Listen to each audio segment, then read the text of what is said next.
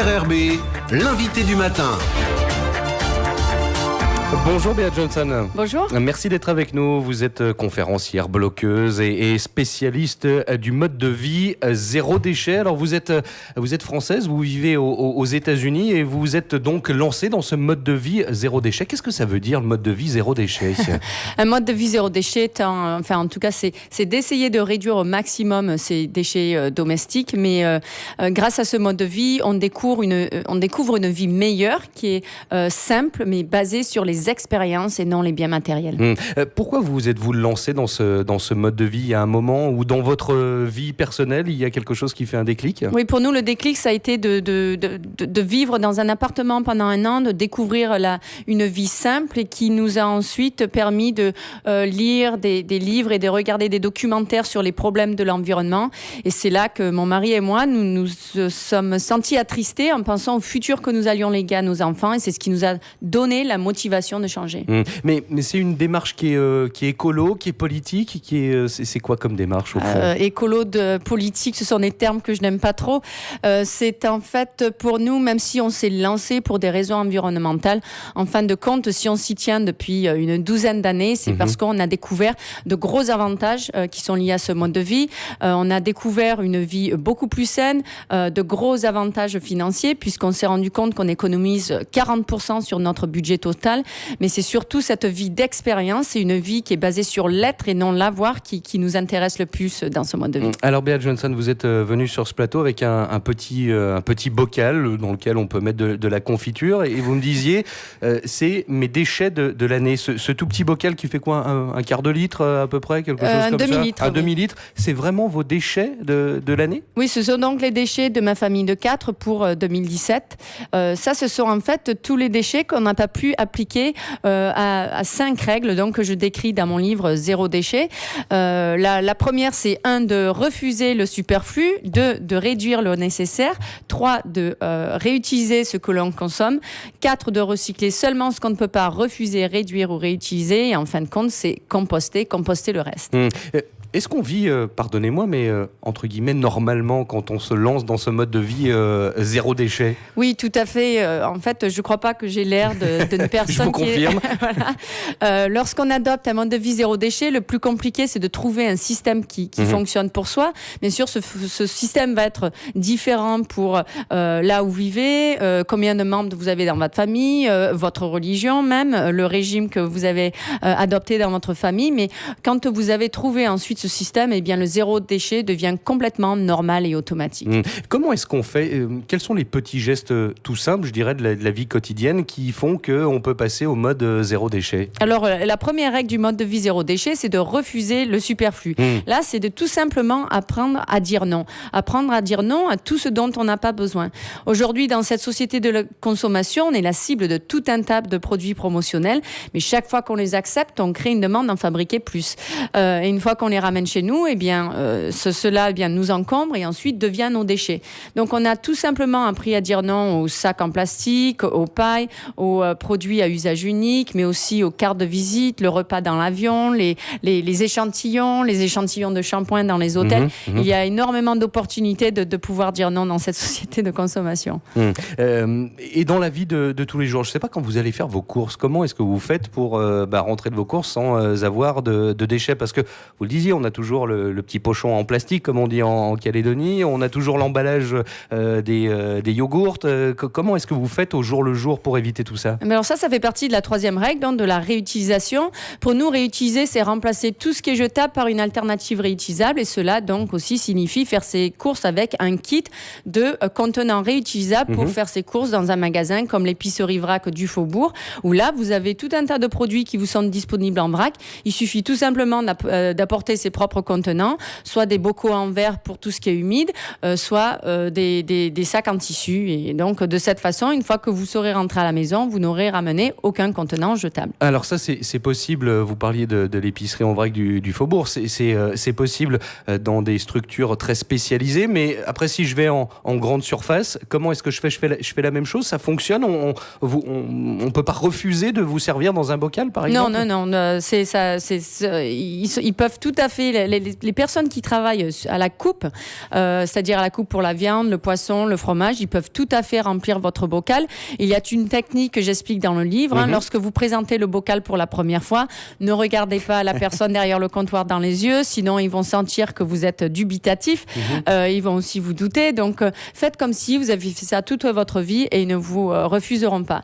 Lorsque vous adoptez un mode de vie zéro déchet, on acquiert un mode de vie, on acquiert une vision qui est sélective et celle-là va vous permettre de ne voir que les produits qui sont sans emballage.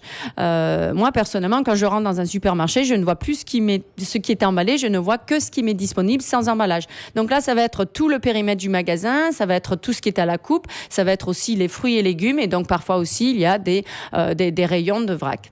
Vous vivez, on le disait, dans la banlieue de San Francisco, aux États-Unis. Les États-Unis, c'est quand même le pays de la consommation. Vous arrivez à pas passer pour quelqu'un d'un peu extraterrestre aux États-Unis de vivre comme ça? C'est sûr que la première fois qu'on arrive avec son propre bocal au magasin, on vous regarde d'une drôle de façon, mais on a appris en fait à ne pas...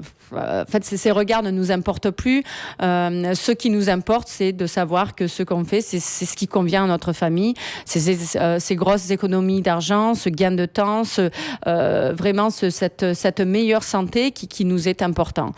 Aux États-Unis, en fait, c'est rigolo parce que lorsque l'on voit ce que l'on fait en dehors des États-Unis, on nous dit non mais c'est facile pour vous parce que vous habitez aux États-Unis. Les Américains ils disent mais c'est facile pour vous parce que vous habitez en Californie. Les Californiens ils disent c'est facile pour vous, vous habitez à San Francisco. On n'habite pas à San Francisco, donc les San Franciscains ils disent c'est facile pour vous, vous êtes française. Donc il y a tout le monde a un prétexte pourquoi on peut le faire et pas eux. Il y en a même qui m'ont dit mais c'est facile pour vous, vous êtes une famille de 4, je vis seule, ce serait beaucoup plus compliqué.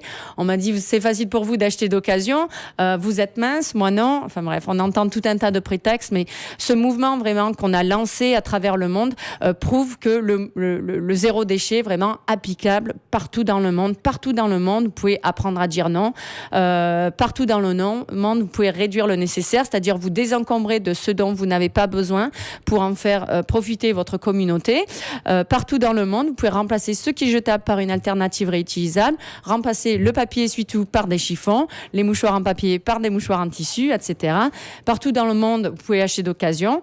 Ce qui est le plus, difficile régionalement, ça va être de recycler parce que dans certaines parties du monde, eh bien, la municipalité ne le facilite pas. Donc là, il va falloir, ça va être un effort plus individuel. Mais partout dans le monde aussi, on peut composter. Donc voilà, le zéro déchet est vraiment visible, quel que soit là où vous vivez.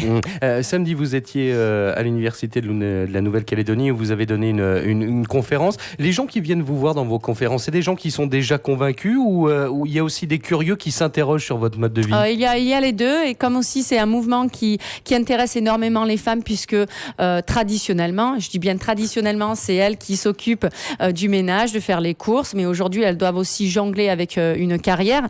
Donc typiquement, il y a plus de femmes dans les conférences. Il y en a pas mal qui doivent tirer leurs hommes en fait pour ces conférences. Donc je dirais que ces hommes-là, ils n'ont pas nécessairement choisi de venir, mais c'est un mix. Il y en a certains qui sont déjà convaincus, qui ont tout simplement besoin qu'on leur rappelle en fait ou qu'on les motive pour aller un petit peu plus loin. Puis ensuite, il y en a tout un tas qui découvrent ça. Et ma conférence n'est pas là pour porter jugement sur qui que ce soit. Il y en a qui ont peur que je vais leur montrer des tas ou des décharges qui débordent. Ce n'est pas le cas non plus. Je parle très peu de l'environnement dans ma conférence. Je parle surtout du gain en fait qu'on peut avoir au niveau personnel, de ce gain donc sur la santé, de ces économies d'argent, donc de 40%, et puis surtout. Mais il y a vraiment de 40% d'économies en monnaie sonnante et trébuchante. Voilà, oui, pour nous, votre oui. budget, vous, de votre famille, a augmenté depuis que vous êtes passé au zéro déchet? Exactement, oui. Alors ça, c'est dû au fait que, on consomme beaucoup moins qu'avant. Aujourd'hui, on est heureux avec le nombre d'affaires que l'on a chez nous. On vit simplement, on a trouvé un certain niveau de confort. Et ensuite, si on achète un bien matériel, ce n'est que pour remplacer ce qui a besoin d'être remplacé. Lorsqu'on achète ce remplacement, on l'achète d'occasion, qui par définition coûte moins moins cher. Ensuite, on achète notre nourriture en vrac. Il faut savoir que lorsqu'on achète un produit qui est emballé, 15% du prix du produit va couvrir le coût de l'emballage. Voilà. Donc, on peut faire ces économies, bien sûr, chaque fois qu'on achète sans emballage. Et finalement, on a remplacé tout ce qui est jetable par une alternative réutilisable, ce qui fait qu'on ne jette plus notre argent. Si vous achetez un produit à usage unique, c'est littéralement jeter votre argent. Quand vous remplacez tous ces produits, bien sûr, ça fait d'énormes économies qui sont cumulables à long terme. Alors, Béat Johnson, vous donnez des conférences un peu partout dans le monde. Est-ce qu'il y a des endroits, justement, dans le monde où le zéro déchet marche mieux qu'ailleurs ? Oui, je me suis rendu compte que c'est dans les pays francophones où le zéro déchet explose le plus. Je veux dire, en métropole... Mais ça, c'est parce que vous parlez français. Ça peut être ça. Bon, je dois dire aussi que les médias, ils ont beaucoup aimé dire que voilà, je suis cette Française qui est partie aux États-Unis en tant que jeune fille au père, et puis maintenant j'apprends au monde comment adopter un mode de vie zéro déchet. Donc je crois que les Français sont fiers en fait d'avoir cette ambassadrice. Mais je crois aussi que c'est parce que dans les pays francophones, il y a une appréciation pour les plaisirs simples, et il y a aussi une autre connexion avec la nourriture. On aime la gastronomie, on aime voir la nourriture, on aime la toucher. Ouais, on aime le terroir. Exactement, et c'est la raison. Et cela, bien sûr, est renforcé avec le zéro déchet, puisque c'est en lien avec l'achat en vrac. Donc, les magasins de vrac explosent sur tous ces territoires donc francophones. Si on prend par exemple la Suisse, eh bien, c'est dans la partie francophone où le zéro déchet explose le plus. Si on prend la Belgique, c'est en Wallonie que ça explose le plus. L'année dernière, j'ai donné une conférence sur l'île Maurice, qui est donc aussi francophone. Il y a 1700 personnes qui se sont déplacées. Ça a été la plus grosse conférence que j'ai jamais donné. Donc en fait, tout ça montre que c'est bien sur les territoires donc francophones où ça se développe le plus.